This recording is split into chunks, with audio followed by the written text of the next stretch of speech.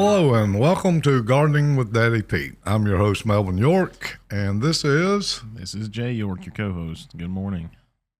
Thank y'all so much for tuning in today. You know, you can go to our website, which is daddypetes.com, and you can click on the podcast, the archives. You can check out some of our YouTube videos on how to. We've got just a world of information for you. We also offer you can sign up for a monthly gardening tip and get some great recipes from our monthly newsletter. Our ladies does a wonderful job with that. And also, you can find us where at, Jay? Yep, follow us along on our social media. We've got daily posts on Facebook, Instagram, and then for our podcast today, you can watch us along with a live video feed on YouTube, or you can listen on any of your favorite streaming platforms. Visit podbean.com. You'll see the links to Spotify, Apple Music, Prime, wherever you listen to your podcasts. Oh, that's right. Well, so much for that. And also, while you're there on our podcast, or you go to our webpage, which again is daddypetes.com with an S, you can also send us in a question or a comment, and all the questions, we do answer those. So, feel free to do. There is no, a lot of people think, I don't want to ask a dumb question. There is no such thing as a dumb question, and I'll promise you, and I've said this time and time again, if you're thinking it, or you want to answer to a question, there's probably 1,000 more people that wants it too. So, don't let that stop you. Go ahead, go to the webpage, click on the question, go ahead, type it in, send it in, and we'll answer it on the podcast for you. We'll also send you back a reply, whether it is an email, if you leave us a phone number, you want to call back, just however that works best for you, and that's what we'll be glad to do. And yes, we do answer all the questions. What are we going to do today, Jay? I think we've talked about something. Yeah, so this is something we've mentioned before on our podcast. We're going to get into a little bit of starting some fall transplants. So even though we are in the dead heat of summer, we got 100 degrees coming up this Friday where we're at here in the Piedmont of North Carolina. Believe it or not, it is time to start thinking about some fall transplants, and that's what we're going to cover today. Right. And this is mid-July. I think today's July the 15th, 16th. I think, or 16th. Yeah, one of the days are getting away from me quick. This year's going by fast. Another thing is, and you're thinking, well, what can I actually plant here in this hot weather and go on? Well, actually, there's still some row crops or your raised bed for some of the summer crops you can go ahead and plant before your first frost date here in the Piedmont, North Carolina. That's usually around October the 15th, so you can back up your days when you plant. If you do, and we've talked about it before, look on your seed packs, go to the NC State Extension page. There's just a world of things out there of the variety seeds you're planting. See how many days maturity, that's your maturity date. And then count back from October the 15th to the time you plant and make sure that those crops do have time to mature. Yeah. Okay. And one thing right now, we talked about it the last couple of podcasts, go back a couple of weeks and you'll find where we talked about days of maturity. Something right now you can go ahead and get your second crop in like you were talking about. Is to go ahead and do some cucumbers right now. You can go ahead and get some of those in here before that first fall date. A lot of those have a maturity date depending on the variety, 50 to 70 days. You get one of those earlier varieties, go ahead and get them in the ground now and enjoy some cucumbers before frost. And another big thing that people love, and I'm going to give you the variety that I like the best here in the Piedmont. They're a beautiful long bean they put on a lot, and that's green beans. And that is a Contender. That is an heirloom variety of a green bean. It's a bush bean. You can go ahead direct sow those into your garden or your raised bed now. Of course, if you do pot gardening, you can plant them in there. And they'll have a lot of time if you get them planted now before the frost date. July the 16th now. So if we did August the 16th, it would be 30 days. September the 16th, 30 days, and then another 30 days until the 15th, basically, of October. You got 90 days. The Contender green beans are usually putting on after you plant 50 to 55 days, so you can get a good crop of those beans. Now, one thing you do want to look at when you do plant your later crops, they are more insect prone. So you're going to have to keep an eye, do some scouting for insects, because this time of year, from about the end of June on into August, is the worst time for insects. So you want to keep your eyes on that. So green beans is one, cucumbers is one. What else do we have here, Jay? Yeah, and one thing too, broccoli, we're looking at that, your Swiss chard, your spinach, as you're starting your transplants, you're going to want to start those. You're going to want to try to keep those shaded for right now, especially we just mentioned we've got the 100-degree summer heat that's still a contender.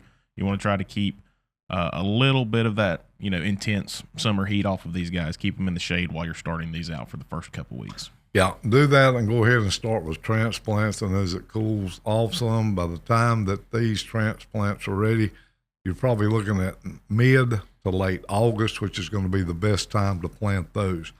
Again, spinach is one that you can.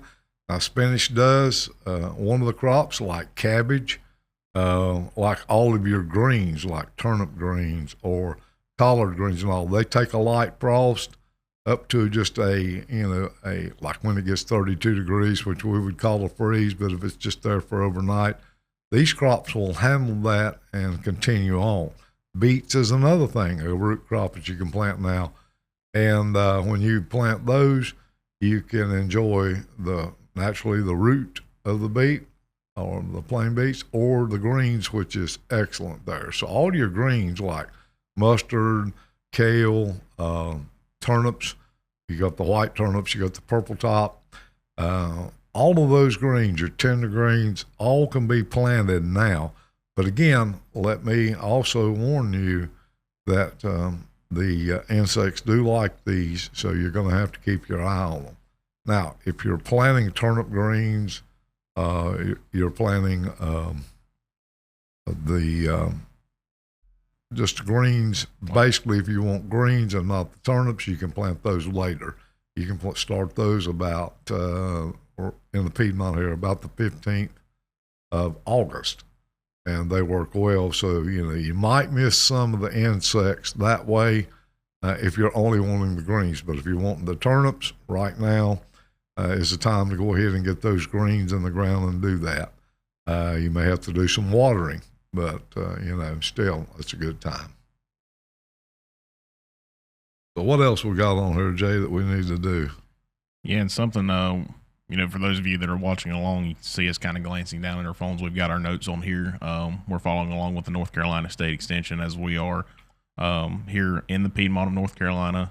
For those of you not familiar, the North Carolina State Extension, it is the public universities, NC State and NCA&T. It's a partnership for the public. Each of the 100 counties in North Carolina have an extension office. They're there to help you out, any kind of gardening questions, soil samples, things of that like. Use these guys, use these resources. So it's not like it's a fly-by-night thing. Oh, we've just went out here and published something. There's been decades of extensive research into this. Actually, over 100 years of this. And if you go to their website, you also, for the area that you're in, and some of them have believe it or not, just for the counties, but you can get a planting chart. They have it online. You can download it, print it off. And that tells you all the different crops, when to plant in your area, when to start the seeds, if that's what you're doing, and then transplant. But it gives you all the way through. And most of North Carolina, except for the extreme parts of the mountains, we can grow 3 crops here. We can do an early spring crop, we can do a spring summer crop, and then we can do the fall crop. But another thing we can do, and I did a little trick last year that I enjoyed, and that's like I took my turnips, and I took my different greens because I like to mix my greens. I like to put curly mustard in it, tender greens, 7-top. Those are some of the varieties of greens that I do like. I put the white turnips, which I like those also. I like both. But I sow mine row type in the ground. But I leave off one end, and that's where I sow my radishes.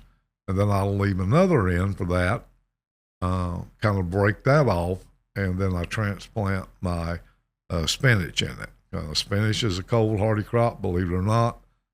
You can leave spinach out in your raised bed, just like beets, over the winter.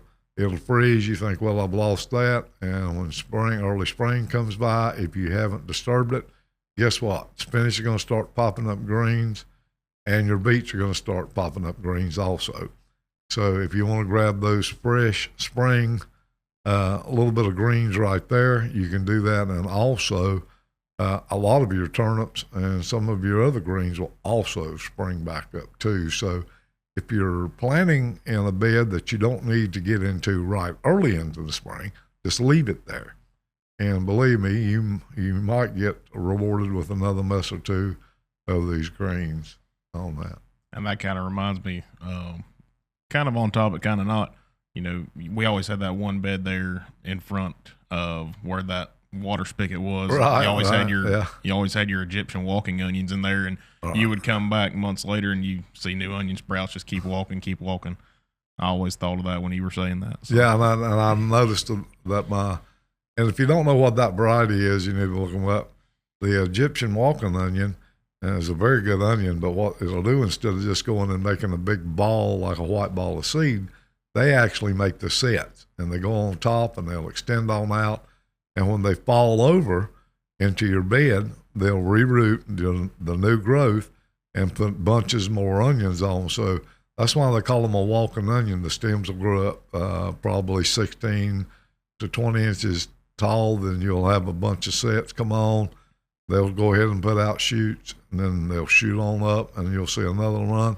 They fall over into your bed, and they will root there, and they will continually do that. So if you make a big enough bed, keep it weeded out some, and just let those onions go. Pick what you need in the spring. If you want to leave some there for a bigger size onion, you can do that. But they will keep basically replanting themselves. So that's another thing. But the reason that I even know about the spinach was on account of that same thing. I had a 5-gallon pot of spinach that I'd planted there, and I just left it there, and I thought, well, we'll clean it up come spring. And I happened to be out over in that area, and it was actually sleeting that day. And I looked down, and I still had spinach, and we'd already had several nights below 32, but it came back the way it usually does around here. And so I'm sitting there, and it's actually starting to sleet, and I'm picking a mess of spinach. That's just wild. It's wild. So, experiment with your plants. Leave things out a little bit longer. Try things. And one thing that I've always said, and you've heard me say it a million times, keep that journal. Look like your cabbage, okay? Cabbages is something now you need to go ahead. You can sow directly in, but I would start transplants. It was me. You want to look for an early bearing variety, okay? A good one is like Stonehead, a good one. You've got a Round Dutch, which grows a real tight head of cabbage. There's some of the early Jersey varieties that grow up to a point. I don't like those, especially in spring and fall around here, because if it does grow up into that point, water goes in and it tends to want to burst the head open, and they are not as tightly packed. Some of your other Dutch varieties, like the big flat Dutch, now that takes longer to mature and grows a huge head of cabbage, but that's not the type of cabbage you want to plant this time of year. For the springtime, that's great. And those big heads work good if you're making sauerkraut, or if you're doing, so you got a big event coming, you want to make 5 gallons of coleslaw or something. So I've seen some of those heads get where they were actually bigger around and weigh 12 to 15 pounds than a 5-gallon bucket, big around on the top. That's why you want to stay with your Round Dutch or your Stonehead varieties of cabbage. But start those transplants now. Go ahead and get them set out when they are ready. Cabbage will take them. In fact, the frost on the cabbage only makes it sweeter, so don't worry about that. It's very very not unordinary at all here to go out Thanksgiving week, and if you were wanting to cook cabbage or you were wanting slaw or cabbage to use in a salad, you could do that the week of Thanksgiving here, no problem at all.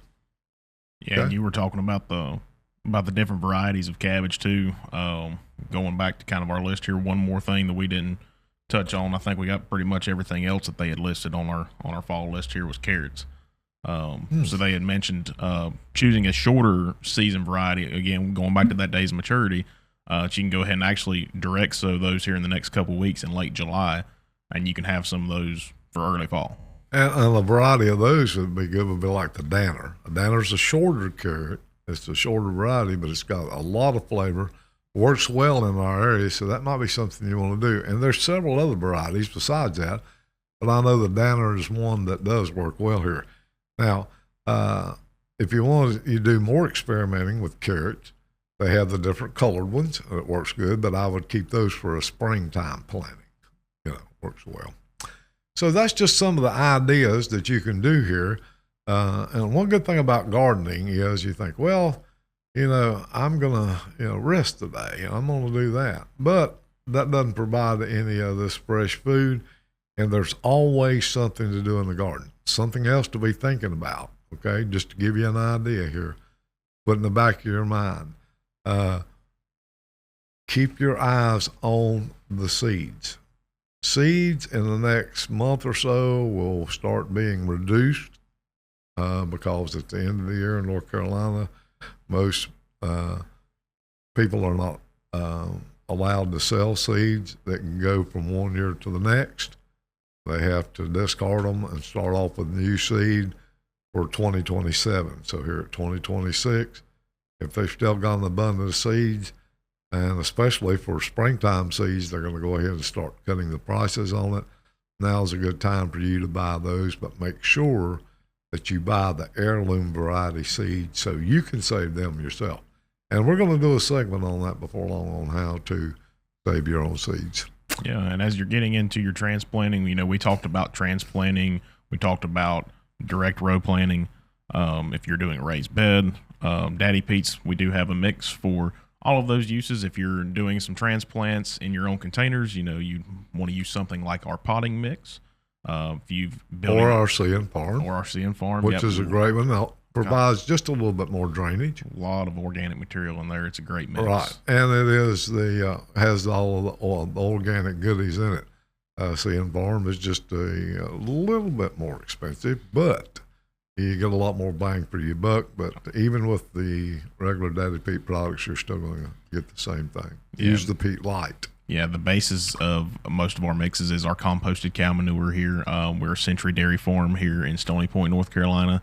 The Smith family, it's a generational family farm, still a fully operational dairy. But speaking about that composted cow manure, if you are row gardening, that's a great amendment.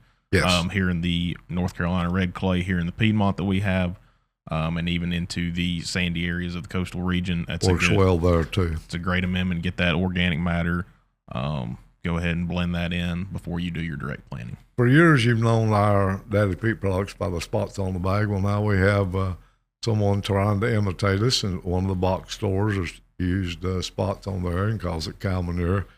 And let me reassure you, if it doesn't say Daddy Pete's on the bag, it is not Daddy Pete's. And if you've used our product, you know that we produce the same product for you year after year. We've been doing this almost 40 years, and we intend to keep our quality up, and that's what we strive for here at Daddy Pete's. So make sure that you don't go just by the spots on the bag. You look at the name. See the little guy on there, our little farmer, Daddy Pete. Look for the name, Daddy Pete's Plant Pleaser, and you'll know you're getting the real McCoy on that one. Right there. Piggybacking off of that too, if you are in a large box store chain, national, you're not going to find us. You're not going to find us because we are supporting our local independent garden centers because they support us. Right, and our local businesses. You can find us in some Ace Hardwares, but those Ace Hardwares are local guys like us that owns their business. You'll see us in a Southern States store here and there. again, these are people that's in the co-op. They're local businesses. You won't find us in the Lowe's, the Home Depots, the Walmarts, and such like, because we are a small business. We understand the integrity. We understand what it means to be a small business, and those are the ones that we think that you're going to get the best service for when you go to them. So your local garden centers and these type people are going to take the extra time. You get to use their expertise, and not saying that maybe the box store don't have somebody like that. I don't know that. But I do know that our local garden center owners, our nurseries, are people that's been in it for years, generations, a lot of them. And their main thing is the reason they've been in there so long is because of their quality, because of the time that they'll take with you to teach you. And that's what we do here at Daddy Pete. We say we help you grow. And that's exactly what we mean to do with these videos, with our questions. You call in, ask us this question. You know, we might not be the smartest people on earth, but we will find you an answer, and we'll find you the right answer, and we'll point you the right way. A customized answer, mind you, because what's going to work in the mountains or in the Piedmont might not work over there in, exactly. in Nag's Head. So. Exactly. So, but again, we want to thank you to all of our customers and all of our dealers for trusting Daddy Pete and their products. And I guess it's about time for us to mosey on out of here and see if we can't get something. I think it's going to be a banging around 99 or 100 today.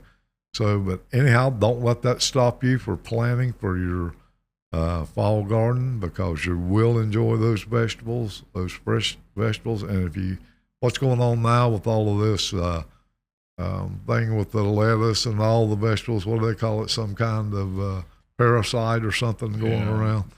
Again, you're not going to have to worry about that because it's coming out of your garden. Or if you don't have time, your neighbor down the road, or somebody that does do their own gardening, someone you can trust, you see it every day, then buy your vegetables from them.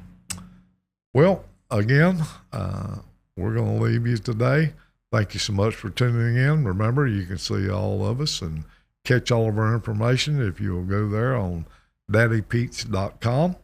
And if you do have a question, please send it in. We'll be glad to answer it for you. Yeah. Go ahead. Sorry, I didn't mean to cut you off. That's fine. You're good. Wherever you're listening today, if you don't mind, if you will, go ahead and engage with us, subscribe.